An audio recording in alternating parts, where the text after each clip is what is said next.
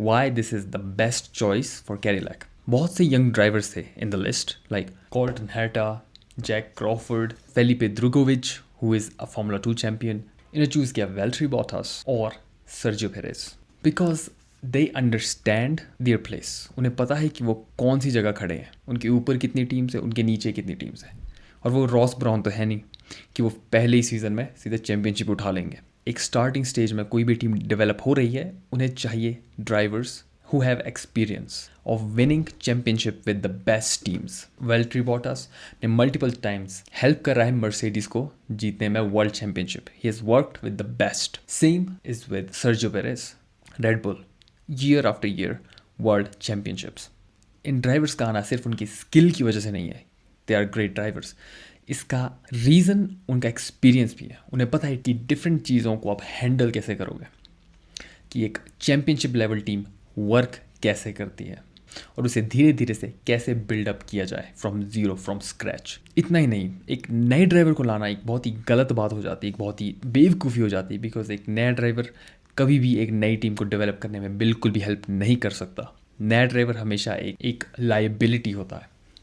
You have seen that with Mick Schumacher, great driver, not a bad driver, but उसकी वजह से जितना loss has Ferrari को हुआ, it was not really worth it. और जब से उन्हें चेंज किया, उन्हें एक्सपीरियंस ड्राइवर्स को लाया, निको हॉल्कनबर्ग को लाया और केविन मैग्नुसन को लाया, दे स्टार्टेड बिकमिंग गुड।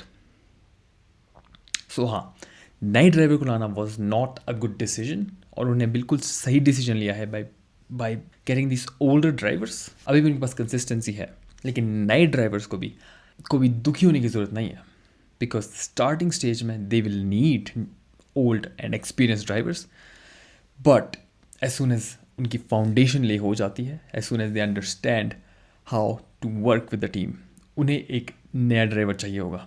वो हो सकता है कॉल्टन हेर्टा हो सकता है वो फेलिपे द्रुगोविच हो सकता है वो मिक शूमाकर हो, लेकिन उसके लिए हमें वेट करना पड़ेगा एटलीस्ट 1 to 2 years।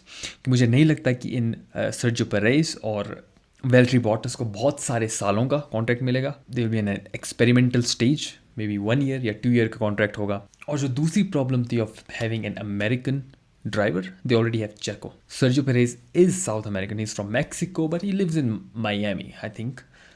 तो एक तरह से अमेरिकन फ्लैग को रिप्रेजेंट वो कर सकते हैं बहुत ही अच्छे से, without a risk of getting a new driver into the grid, जिसे नहीं पता होगा कि एग्जैक्टली क्या करना है, how to handle the team, the cars, the pressure.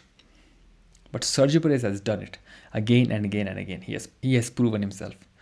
So this lineup, हो सकता है लोग disappoint हो because it does not have a new driver, but this is the best lineup they could afford, and this is the best lineup for a starting team.